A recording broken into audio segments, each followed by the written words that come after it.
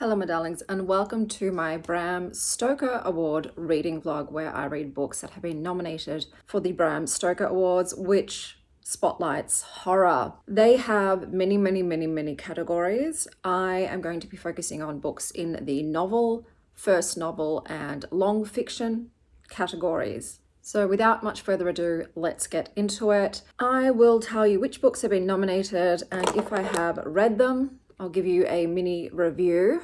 Let's get started. So first up, we have The Bewitching by Silvia Moreno Garcia. This is about three women across different eras who grapple with danger and witchcraft. One of the characters is Minerva, a graduate student who delves into the life of Beatrice Tremblay, an obscure horror author, and uncovers a true story behind her famous novel, The Vanishing. So this goes throughout 1900s Mexico to current day. I did pick this up and I DNF'd it. Was this the incest one? I feel like it might have been, but it just wasn't doing anything for me, and I'm not great with multiple timelines and multiple characters, so I did DNF this one. The next book nominated is The Buffalo Hunter by Stephen Graham Jones. This is about a Blackfeet Indian named Goodstab, as he is looking for justice, so he gets turned into this vampiric creature and is getting justice for his people, but is he becoming a monster to hunt the monsters? I did try this. Stephen Graham Jones writing isn't for me, so I did DNF it, but I think this is probably going to be the top dog in this category, the contender to beat.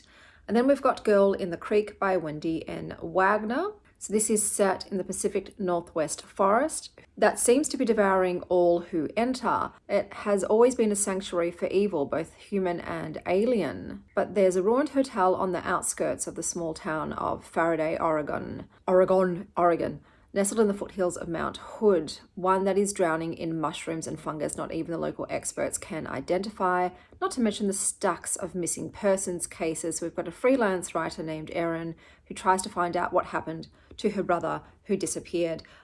This looks really intriguing to me. It's got fungi horror, which is one of my favorites. I love the cover, and I'm actually excited to read this one. I don't know if my library has all these books. I haven't actually gone and looked up. I will only be reading what I can get my hands on via my library, but I would like to read that. And then we've got King's Sorrow by Joe Hill. So we've got Arthur, who is a reader, a dreamer, and a student at college in Maine, renowned for its frosty winters, exceptional library, and beautiful buildings. But he has a burgeoning romance with Gwen, and it's shattered when a local drug dealer and her partner corner him into the worst crimes he can imagine, stealing rare books from the college library. For a second there I was like, oh, how dark is this going to get? I think this is a big book, if I recall people holding the tome up. I wasn't interested in reading this for whatever reason. I will give it a go though. I know my library has this one because I've already seen it at my library, so I will be attempting King's Sorrow. Then we've got Witchcraft for Wayward Girls by Grady Hendrix. This is about teenage girls who get knocked up and sent to this home where they essentially have to stay until they give birth, and then their babies are taken from them. But this group of teenage girls turn to witchcraft to get some of their power back. I did attempt to read this. For whatever reason, I don't like how Grady Hendrix writes teenage girls. It gives me the ick, and this was no exception to that, so I did DNF it. But this one has also been wildly popular, and I think, yeah, this and Buffalo Hunter may take out that category. Next we have first novel, so I assume this is debut authors. So we've got The Faceless Thing We Adore by Hester Steele. So this is about a woman who quits her job, leaves her manipulative boyfriend, and escapes to the isolated shores of the farmstead commune, which features charismatic and hedonistic residents, but there's something dark looming. I did read this book. I tried to finish it all because I purchased it, but I could not stand our main character. I thought she was just an absolute idiot of the highest order. So I did DNF this one. Then we have Her Wicked Roots by Tanya Powell. This is a queer reimagining of the Nathaniel Hawthorne classic Gothic story, Rappaccini's Daughter, in which a young woman is lured to a lush estate owned by a botanist who might be hiding dark secrets. Apologies guys, it is first thing in the morning. My tongue is still twisted. I did also pick this up because it had a beautiful sprayed edge edition. Unfortunately, I just did not like it. I don't remember why I didn't like it. I think from now on, when I DNF books on Goodreads, I will write a little mini reason why I DNF'd so I can jog my own memory, but I did DNF that one. Then we've got Listen to Your Sister by Nina Veal. This is a deeply terrifying, big-hearted, speculative horror novel about 25-year-old Calla, who is struggling since becoming a guardian to her brother Jamie. She's overwhelmed and tired of sacrificing to keep the family together. She's 16 years old. Her brother Dre promised to help raise Jamie, but in classic middle child fashion, he's off doing his own thing. And through it all, the nightmare never stops haunting Calla. So I'm a bit intrigued. I'm not sure if this one is YA. I have a feeling it's YA because she's 16, but my library does have that. I've seen it there, so we'll read that. Malting by Catherine Tennyson. Michelle falls in love at first sight with a dilapidated A-frame house in the New Hampshire woods. Wanting a fresh start, she pours herself into making this house her perfect home. But something is already nesting in that house. Okay, yeah, let's see where it goes, if I can get my hands on it. Moonflow by Bitter Corella. This is a very queer psychedelic trip into the heart of an eldritch wood and the horrors of sisterhood. So it's got cult vibes. Also fungal mushroom horror does feature in this, as well as psychedelic mushroom experiences. So I did buy this and read it. I gave it a 3.5. It was decent. There were some things I didn't enjoy. I less liked being in the POVs of the weirdo cult chicks in the woods. I liked our main character who really just wanted to get home to her cat. This is very queer, features a lot of trans characters, a lot of lesbians, but the ones in the woods, they're sort of like turf lesbians a little bit. I felt like this would have been better had it been shortened quite a lot. So there was a lot of dead weight in it and repetitiveness, but I think it's a great, I think, is it a debut? Yeah, first novel. It was a great debut and I would be interested to read more from this character. But yeah, 3.5 for Moonflow. The October Film Haunt by Michelle Wehunt says, this is about a woman pulled into a cult horror film that is determined to have a sequel. 10 years ago, Jory Stroud was a rising star of the October Film Haunt, a trio of horror enthusiasts who camped out at the filming locations of their favourite scaring movies. But after a night in the graveyard from Proof of Demons, everything unravelled. So this is maybe a little bit meta. We'll see. I'm optimistically curious, let's just say. The Scold Crow by Grace Daly. This is about a woman. This explores medical trauma through Irish folklore, asking, can a sick woman ever be trusted? So we've got Briege, who moves back into her childhood home after her mother has gone missing, and a lot of weird stuff begins to happen. I gave this a 3.75. It is a lot about childhood trauma as well as chronic illness. What frustrated me with this was Briege just spiraling with her paranoia, is in not knowing whether she was hallucinating or what was happening. We live in a modern tech world, and the first thing I would do is take a photo or video of what I thought I was seeing and send it to my friend to clarify. Hey, can you tell me what you see in this video? Or put them on FaceTime and say, what are you seeing right now? To ascertain, am I going cuckoo or am I being fucked with? So that's what frustrated me the most with this particular novel, but it was still really good. 3.75. Absolutely love the cover for this one and would read more from this author going forward. And then we have the next category. It said long fiction, but these seem to be itty bitty novella fictions. We've got Cathedral of the Drowned by Nathan Ballingrud. This is a sequel to The Crypt of the Moon Spider, which I did read.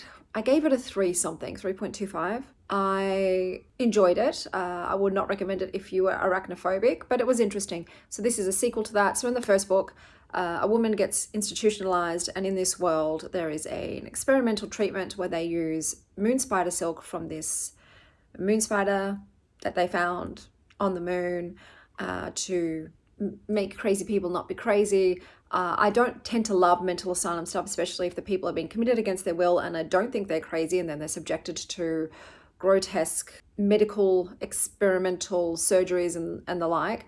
So that was working against it for me. I will pick up the sequel though if my library has it, but I'm not sure. Then we have Pam Kowolski Is a Monster by Sarah Langan. If Janet Chow hadn't been such a jerk to everyone at Sewan Haka High, they might have voted her most likely to succeed. 20 plus years later, life hasn't turned out how Janet expected, but then one day, she recognizes her mortal enemy from high school, Pam Kowalski. Somehow, Pam's become America's manic pixie sweetheart, an online psychic predicting the end of the world. How did this happen? Did Pam steal Janet's life? I'll leave it there. I don't like to read the full synopsis. I find sometimes they spoil a lot of things. They do. So I am intrigued by that one. And look, we have another Sarah Langan. She popular. We've got Squid Teeth. It says Tor Original, so I think this might be on reactormag.com, which lets you read the stories for free, so that is wunderbar. It says this is about a woman talented in the art of spinning, creating pottery by manipulating clay in her mouth, and she longs to be the best, but wonders if it's worth the sacrifices she must make. I generally tend to have a decent time, like minimum 3 stars with most of the Reactor Mag, formerly Tor.com short stories. We've got another one here, Uncertain Suns and Other Stories by Thomas Ha. This is a collection exploring familial love and trauma, societal and technological anxieties, identity and class, and alternate near-future realities. Doesn't really tell you what that's about, but that's okay. Wolf Moon, Antler Moon by A.C. Wise. In one small town, the delicate balance between predator and prey is threatened when 5 girls are murdered on prom night. So those are the books that I DNF'd, did read, and have yet to read. We'll see how many my library is able to deliver into my hands. But I will see you with the next book review.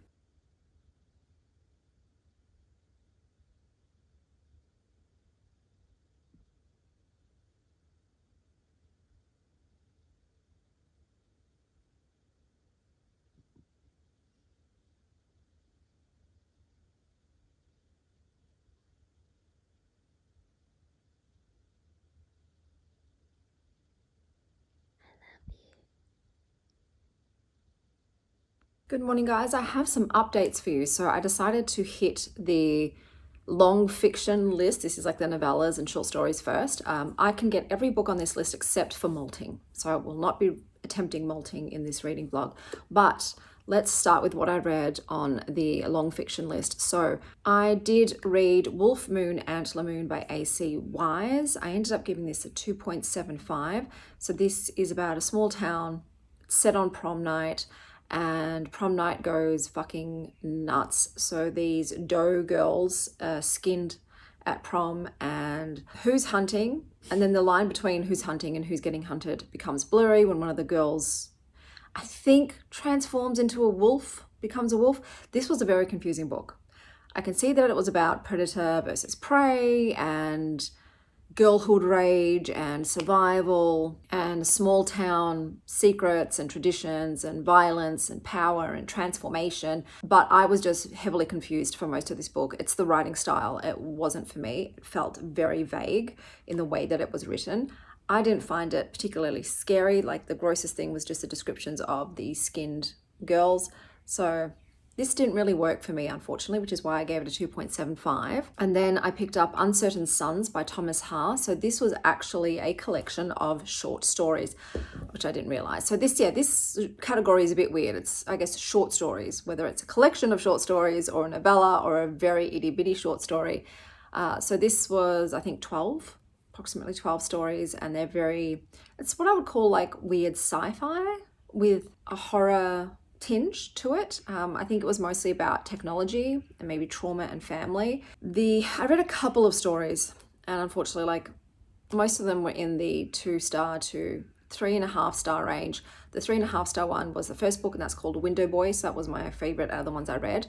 And once again, it was very confusing. I'm not sure I got the whole gist of it, but from what I gather, we've got a futuristic society where most of the people live underground in bunkers, but they've got these above ground homes that have projections of them and allows them to like see into the outside world. But the outside world is being run by monsters, but they also have these half human, half machine mailmen that patrol and kill the monsters. But some people who aren't, I guess, rich enough to get a bunker trying to survive. And this boy in the bunker spots the window boy, and the window boy is just trying to get him to lower the electrical fence around his home. Yeah, that was the best one. But like I said, most of them just weren't doing much for me. So I decided not to finish this collection of short stories. And then I picked up Squid Teeth by Sarah Langan, and this is about these people who can make pottery inside their mouths. They put clay in their mouths and then they can inject the clay with things like, I think, serotonin and stuff, which is like pigmented. Once again, very confusing. The first whole part of this book was an exposition dump about how they make clay in their mouths, but as you can see, I just was not interested whatsoever. I just could not give two shits. This just bored me to tears. So I did DNF this one as well. But then I picked up Cathedral of the Drowned by Nathan Ballingrud. So this is a second in a series. I did read the first one, which I gave a 3 stars, called Crypt of the Moon Spider. And that one, that's the one where this woman was sent to this asylum where they're using the spider silk from a moon spider that they found to rewire people's brains. This is very horrific. In this one, we've got a guy who's like been split in two, his brain's in a jar on a watery nightmare moon, and the other half is in his body on Earth's moon, being used by the moon spiders, and both versions coming together, meeting inside this flooded alien cathedral on Jupiter's moon Io with a giant centipede and a lot of rage and a lot of just fucked upness. Most of the stories, like if I was going to tell you the themes of this are mostly of like split identity and like the fractured self, long distance relationships. There was also the horror of being aware but essentially powerless, and the loss of body autonomy. I'd given this a 3.5. So I want to say, first of all, there's 3 things that I don't like, and that is organized crime, which features heavily in this. A lot of mob violence, mafia violence going on in this, with 2 factions that are trying to be the only supplier of moon silk and killing each other. I hate that kind of violence, and that's in here, and it's quite graphic. And then we've got obviously insects and arachnids, which I just love. I love reading about them. No, I don't. So yeah, the way that spiders lay their eggs in this is vom material, guys. Whoa, no. Did not enjoy reading that. And then we've got essay. So in this one, men were getting essayed, in my opinion, and women as well, but men too on page. And it was just, yeah, very uncomfy. So I hate those 3 things, and all of those 3 things were in this book. So if you like mafia, mob boss, organized crime, cartel, gang on gang violence, you'll enjoy this. Same thing as if you like horror that features creepy crawlies and you don't mind some essay. I gave it a 3.25. It is still really interesting. It's just, yeah, some things I hate. And I hated the main character, Maggie. She was what do you call a female crime lady? I don't know. It's not mafiosa. Leviosa. So I hated her, and we were in her POV most of the time. And yeah, I don't think there were any characters that I actually liked or sympathized with. Everyone here sucks kind of thing. But it's almost a very fever dreamy book as well. It's very surreal and out there. I haven't read anything like it, so it's got like a bit of a unique storyline premise. Oh, another thing I hate is mental institution stuff as well. People being operated on against their will and their minds being fucked with and experimented on. So that's, like I said, this just contains a lot of sort of tropes and subjects and mini genres that I just am not a fan of. So I think if I like these, this would be a very high rated book for me, because even despite all of that, I still gave it a 3.25. So I'm not going to be continuing on with the series. The series just isn't for me because of all the things that it talks about. It's just not my jam. But yeah, if you really like the first one, this one goes even harder than the first one, in my opinion. I am now going on to Pam Kowolski Is a Monster by Sarah Langan. So that seemed to be about a woman and her high school rival. So we'll see what that's about, but that's the last book for the long fiction. At the moment, with the long fiction, obviously, the Cathedral of the Drowned is in the lead, is my top choice thus far. But I also have already in hand Girl in the Creek, no Bluebell. The October film Haunt. So I'm still waiting on King Sorrow and Listen to Your Sister, but yes, not many to go, and then I can give my opinion. So with these book prize lists, I'm just taste testing all of them. this year so that I can try and find which ones I think suit my preferred reading the most, and then I'll focus on them in the future solely. But yeah, this year I am taste testing all of them, dipping in, sampling all the books and trying to see which one has the most books that I enjoyed, and then I'll know that's my book award that I should always keep an eye out on. So I'll see you with my next update. She wants in my lap, Mama. She wants this in my lap. She's in the I have pants for no reason then. It's alright. No, it's a normal one. I love you. You're so pretty. What a pretty girl. Get comfy. Hello my lovelies, we're here to finish off this vlog because I've read what I've needed to read, so let's just go through. Listen to Your Sister by Nina Veal, which I DNF'd. This was just too young for me and I don't love listening to siblings argue. And then I went on to King's Sorrow by Joe Hill. This was so stuffed, overstuffed with unnecessary information. Bro, we don't need everything described in incredible detail. 900 pages, fucking overkill. Overkill, my guy. I didn't like the sense of humor either, or the way the women were depicted, so I did DNF King Sorrow. Then I went on to The October Film Haunt by Michael Wehunt. This was very convoluted and confusing, and I just could not get into it. Also, I don't think I love when films are a part of the narrative. DNF. And then Girl in the Creek by Wendy N. Wagner, which I had high hopes for because it's a fungal horror. This is about a woman who goes looking for her missing brother in the Pacific Northwest woods, and she finds a dead body where supernatural sporer might be involved. This read so YA. I had to go and check. I thought, fuck me, I picked up a YA book. No, it's adult. Dude, the dialogue was so cringe. These adults be acting like teenagers. There was so many characters. It was not my vibe whatsoever. And then I'm ending it with a book I actually read, so don't worry, I didn't just DNF everything else. I picked up Pam Kowolski Is a Monster by Sarah Langan. So this was about a journalist named Janet who becomes obsessed with exposing her former high school classmate, school rival, frenemy Pam. Pam is now a very infamous psychic who has now predicted the end times. The apocalypse is coming. And the more Janet digs, though, the more she begins to question her recollection of past events and whether or not Pam is actually faking it. A lot about obsession and jealousy in this. Janet clearly has deranged hater energy, but Janet is an unreliable narrator. Can her memory be trusted, or is she just Delulu? She was holding on to high school trauma with both hands, man, and it's like, but maybe you were not the innocent party. So I actually really enjoyed this. I gave it a 4.25. It reminded me of Mr. Magic in a way. It is quite ambiguous. Like I said, you got the unreliable narrator in play, and it does end very abruptly, which I did not love, but it was interesting and I did want to see it through. How is this going to end? Is Pam the real deal? Is Janet a liar, pants on fire?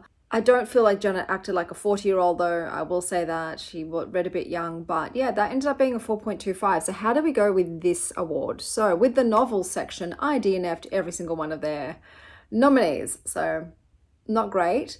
With the debut novel, I DNF'd 4, but I read 2. So The Skull Crow by Grace Daly, which was a 3.75, and Moonflow by Bitter Corella, which was a 3.5. So my vote for the debut novel will be The Skull Crow.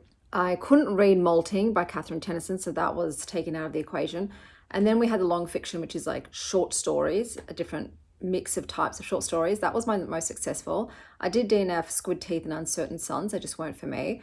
But I read Pam Kowolski Is a Monster by Sarah Langan, 4.25. That was my best read of this reading vlog. Cathedral of the Drowned by Nathan Ballingrud, which was 3.25, second in a series, and Wolf Moon, Antler Moon by AC Wise, which I gave a 2.75. Didn't really enjoy that. So will I be doing the Bram Stoker Awards in the future? No. I'll check them out. With all the awards out, I'm not going to do dedicated vlogs for. I'm still going to go and have a little looky-loo and see what's been nominated. If anything piques my interest, I'll add it to my TBR. But this one and I don't think our tastes align. I did have the best luck with the novellas and some of the debuts. But yeah, the Bram Stoker and I will be parting ways going forward. But let me know down below if you've read any of the books that were nominated by the Bram Stoker Awards and which is your favorite. And until next time, stay horrific, Star Child.